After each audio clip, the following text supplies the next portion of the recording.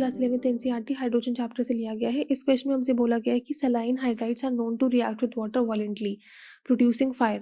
तो saline hydrides water के साथ रिएक्शन करते हैं और फायर प्रोड्यूस करते हैं। तो उस फायर को स्टॉप करने के लिए क्या CO2 as a well known fire extinguisher इस केस में हम यूज़ कर सकते हैं? तो द आंसर इज हम CO2 as a fire extinguisher नहीं यूज़ कर सकते। द रीज़न क्या है इसका कि अगर सलाइन हाइड्राइड्स, जो हमारे पास सलाइन हाइड्राइड्स है,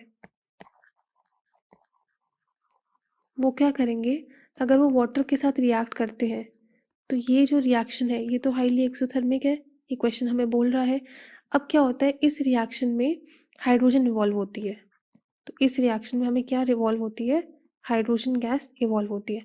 अब ये जो हाइड्रोजन गैस इवॉल्व हो रही है ये क्या करती है, फिर ये फायर कैच कर लेती है। जो फायर प्रोड्यूस हो रही है क्वेश्चन में दे रहा है वो हाइड्रोजन गैस की वजह से हो रही है। ठीक है, अब फायर तो प्रोड्यूस हो गई है। अब हमें क्या करना है, अगर हम इसमें CO2 as a fire extinguisher use करेंगे तो CO2 क्या करेगा, CO2 अल्कली मेटल हाइड्रोक्साइड्स को अब्सॉर्ब कर लेगा। तो अब यहाँ पे हमें क्वेश्चन में पूछा गया है कि अब ये जो हाइड्रोजन तो प्रोड्यूस हो गई और फायर, हाइड्रोजन की वजह से फायर भी प्रोड्यूस हो गई।